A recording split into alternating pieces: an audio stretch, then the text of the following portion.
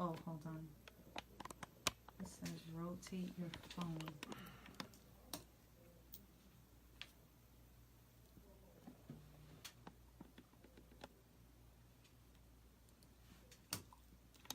Facebook Live, we're here with you. Rich Mancuso, weekly update from the Baseball Training Institute in the Bronx. Welcome, everyone, and hope you had a good, happy Thanksgiving to all. We're in the holiday season, and baseball, hot stove league, as hot as it is right now. Rumors, rumors. Who's going to be where? What free agents signing where? Who's getting traded where? Change of complexions of teams for sure. That's coming up before the baseball annual winter meetings in Las Vegas, Nevada, December 9th to the 13th, coming up in a few weeks. Before that, general managers are talking to each other. Players are wondering where I'm going to sign. Players are wondering, am I still going to be here? And I'm going to address that in a moment. You can always log on, Facebook, catch us, All Bases Covered, Rich Mancuso. The new show coming up real soon. We'll update you. Fantasy Sports Network. You'll find me, Rich Mancuso, soon with a live boxing show with my colleague, Wally Matthews, and I'll keep you updated on that. That's going to happen soon. We're negotiating and close to a deal, and that's going to happen, and there's a lot of boxing. I'll talk to you about that later. Meantime, log on, Baseball Training Institute, www.baseballtraininginstitute.com for updates on what's going on here. And right now, Sunday is going to be a big time here at BTI.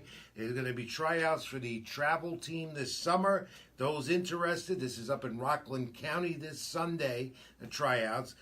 Log on to the website or call 347-657-0052. Ask for Jesse, 347-657-0052 at BTI Travel Team Tryouts this Sunday up in Rockland County. That's how you get that information. Hope to see you there for those aspiring ball players in the New York tri-state area, especially up in Rockland and down here in the Bronx where BTI is located. So let's get to it, everyone. It's baseball hot stove season. It's heated up. It's at the point now I'm tired of listening to the rumors, as all of you might be also. And as my earpiece comes out, and who the hell, I don't need that. I'm not talking to no one but myself right now and you. And please leave your comments below on Facebook. Will any questions come up? Jesse's behind the camera right now live for a few moments. I'll address what I can to you. Once they come up, just shout it out to me. Anyway, here's the deal. I love this time of year. I hate this time of year. As I'm writing, and you'll read more about it tonight on NewYorkSportsDay.com. What's going on is rumors. You're going to hear and listen and hear and listen and talk and hear this source, that source, this source, that source. But the deal and the acquisition of a player, whether it's a free agent pickup or a major trade, it's not official till it's official. So here in New York, everyone is buzzing about two names right now. In particular, Robinson Cano. 36-year-old Robinson Cano with the big contract, either coming back to play in the Bronx with the Yankees or, as it's saying right now from numerous sources, including mine, that the Mets are deeply involved in this trade to get Robinson Cano to come to New York and play for the opposing New York Mets. Cano obviously would love to be a Yankee again, but that ain't happening, folks. You know why. Yankees are set with youngsters. Gleyber Torres has that position at second base, and Cano is not needed there. The Mets, another story. Yes, they could use Cano in some ways. You could move him as he's getting older at 36 years of age with a huge contract, which would be a part of this proposed trade. To move Cano, the Mets would not take on that entire salary, which is huge, as you know. What happens here is Robinson Cano could come here to New York, play for the Mets, play a little bit at second base, where Jeff McNeil is if he's not traded, and I don't think he will be, by the way. El Cano could shift to first later on in remaining 2 years of his deal that he has. I see this trade happening for one reason. The name that's coming up is the premier closer that the Mariners had in all baseball saw last year, and 24-year-old Edwin Diaz. Remember, he had a 1.96 ERA, he had 124 strikeouts, and he's a quality relief pitcher and a guy the Mets can control on the contract for a few more years at a reasonable price. Edwin Diaz is very reputed. Edwin Diaz throws a nice fastball. Edwin Diaz throws a nice sinker. Edwin Diaz can control his pitches, has great command. Edwin Diaz is a good, valuable closer. In the American League, you look at last year. You look at the saves he had and the ratio of innings per saves because we're all analytic now. That's what baseball is. Edwin Diaz doesn't grow the home run ball, doesn't give it up much. Edwin Diaz knows how to close the game. This would be a great addition for the Mets who need a premier top closer. The emphasis for the Mets this offseason, as we all know, and now with new GM Brody Van Wegenen, is bullpen. Revamp it, get it strong, get it better, especially you want to contend in 2019. The Mets would be headed in that direction if they make this trade for Robinson Cano, which will help them a little bit, even though he's 36 years of age and comes with some excess baggage with the steroid situation he had last year in suspension. But to get a valuable closer out of the deal, you got to be for it. To give up prospects, no. What you want to do, and as this new GM of the Mets has, the contacts with other GMs and players, now he's on the other side as an agent, and not as an agent, as a general manager. He knows the game, and he knows who to talk to. And Edwin Diaz, I hear, is a prime target. The Mets don't go that route, and Cano doesn't come here, they're still going to spend some money. My sources are telling me, excuse me, whatever's happened in the past won't be this year. If the Mets are committed to spending money, they have it. It's on the table. They know they're just 1 or 2 or 3 players away. A couple of things to do to be viable contenders next season. Greg Kimball may be a target. Zach Britton, as I keep hearing. Adam Ottavio. David Robertson, the former Yankee, I hear strongly as a possibility. Even Cody Allen. And, of course, if you look at some of those names, Allen and Andrew Miller, former Cleveland Indians with the manager of the Mets, Mickey Callaway, that makes sense. And I'm layering also that the Mets have requested medical records of Andrew Miller, and Andrew Miller could be one of those closers in case this Diaz trade don't go through. In the meantime, between now and then, listen to all you want, hear all you want. A trade or an acquisition of a player through free agency, rumors. When it happens, it happens. I know from experience. I know because a few years ago, if you remember, yours truly had Yoenis Cespedes come into the New York Mets, not once but twice when they re-signed him the second time. A lot of talk, a lot of rumors, a lot of sources. We all have them in this business.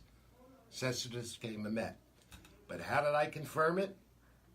If you read the history of this, when I broke it in New York, the history is you need more than one good source. You need 2, you need 3. And that's why I was right, nailing Cespedes to come to the Mets, not once but twice. Same situation applies here with the Mets as it would with the Yankees with Patrick Corbin, their latest free agent pitcher that they're trying to acquire, who met with the Yankees late this afternoon in the Bronx. Excuse me. Corbin would be the next big role out of the Yankees rotation. Young, does not throw that hard, yet he does have good command of a curveball and some other secondary pitches, and would be a great part of the Yankees rotation. And yes, he's commanding money and the years, and not a long, big-term contract for a pitcher that the Yankees want to avoid. But I heard late this afternoon the talks went well. Corbin's already met with the Phillies and the Nationals. He wants to stay on the East Coast. He loves Arizona, but he wants to win. And the Yankees have that team ready, maybe 1 or 2 steps away from going back to the World Series. Patrick Corbin, my friends, I believe will be a New York Yankee, and you're going to hear that before the winter meetings. I'm pretty sure, excuse me, that the Yankees will have Patrick Corbin as a part of their rotation with James Paxton, Masahiro Tanaka, and Luis Severino. And that's a pretty good 4 when you think about it. So watch that happening with the Yankees. And as far as other position players coming to New York, up in the air. Rumors. The Mets do need a catcher, too. And I haven't heard the latest, except that right now they're still committing to Travis Bernard being healthy. and Kevin Plawecki, not one of my favorites, as the backup. But I'm sure they're going to make a move there, revamp the bullpen, and get a power-hitting right-handed hitter, which they might be looking at. And there's a lot of guys out there, too, that they could spend money on to do. Time will tell. Again, the point, not only with the Mets and Yankees, but at every team you're a fan of. Do not, even with Bryce Harper and Manny Machado, the two coveted guys, and I have not heard anything for sure that Harper or Machado's coming to New York. You hear that they are. Yes, there's talk. They're exploring it. GMs are trying to be creative. They want you to have a winning team. But right now, Bryce Harper, Manny Machado are not coming to New York either as Yankee or Mets. Right now. Time will tell. And those are the two big names in the free agent market this year that you know. And we'll keep you updated about that. So, any questions, always Facebook Live here on Facebook. You can get me there. Also at Ring786 on Twitter. Also on Instagram, Mancuso786. And BTI, don't forget the website, baseballtraininginstitute.com. And don't forget the BTI, Rockland County, New York, this Sunday. Tryouts for summer travel teams, 347-657-0052. You call Jessie, speak to Jessie. She'll give you all the details. Look forward to seeing you up there on Sunday. All right. And other news outside of baseball. Why? You know, baseball's become 300, right, Jesse? 365 days a year. It's not only, the season doesn't end after the World Series because immediately there's a lot of moves, coaches, managers, and the players. And you could talk about it all year long. That's why people love the game so much. But again, I'm going to reiterate, my friends, do not believe the rumors. Wait until it becomes official. It drives me crazy about the rumors. It'll make your head explode. You can't sleep at night. You wake up in the morning, you wonder, did this guy sign with my team? Wow, we're going to win. We're going to be champions again. It doesn't happen that way. You have to negotiate. You have to put the dot the T's and the I's and all that. And it takes a long time, a long process. And there are certain things that general managers look for before a player becomes official. So you're going to hear the names again. You're going to hear the talk. Wait till it's official. And I'll hope to be at the winter meetings and I can update you more firsthand with some of the baseball. The whole baseball world will be out there in Las Vegas. We find out what's going on. All right, let's move on out of baseball because other things going on. College football and the home stretch. And how do you like Notre Dame and Georgia? They're in there, the top two of the four top teams undefeated in college football there. College playoff. I like this system. I don't like this system, but I love the Fighting Irish of Notre Dame. They are strong. Good quarterback, good defense, good offense. You look to see Georgia, maybe Notre Dame, if it works out, national championship after New Year's in college football. College basketball's picked up nice. I'll have more about that next week. They're in the infancy stages as the first month of college basketball begins. The NFL has got me. I love this time of year because you got everything going on at the same time. But I love what's going on in the NFL because it's becoming a quarterback league. And you got to like Drew Brees and Mahone at Kansas City. And in New York, you see the revival, a little bit of Eli Manning, who might have another year next year back here. And with the Jets, it's more about maybe getting a new coach for next year. For my Arizona Cardinals, I couldn't give you anyone because they're dead. They won 2-3 games. Very disappointing. But you like the NFL and you see a lot of offense. You've seen a lot of that because you got good quarterbacks, good young quarterbacks that are gaining a lot of yards, that are putting their teams into the NFL. Out of all the sports right now, might have the most parity in sports. And you got to love it. You got to love it. Explosive games, down to the wire. If you're an NFL football, you love football and you love the NFL, this is it. You got to be excited. Ratings are up as well because there's no controversy about a national anthem or anything like that. So NFL going down on a home stretch as we reach the month of December. And in boxing, of course. What else can I talk about? I love it. I love it. There's so much going on in boxing. In fact, in the new year, you knew this new deal came out with Fox and Fox Sports. Every 2 weeks on Fox, on the network, you see major fights, including the elite fighters, all exposed, all defending titles are going for them in that exciting 147-pound division of boxing. Errol Spence, Terrence Crawford, Danny Garcia, Keith Thurman, just to name a few.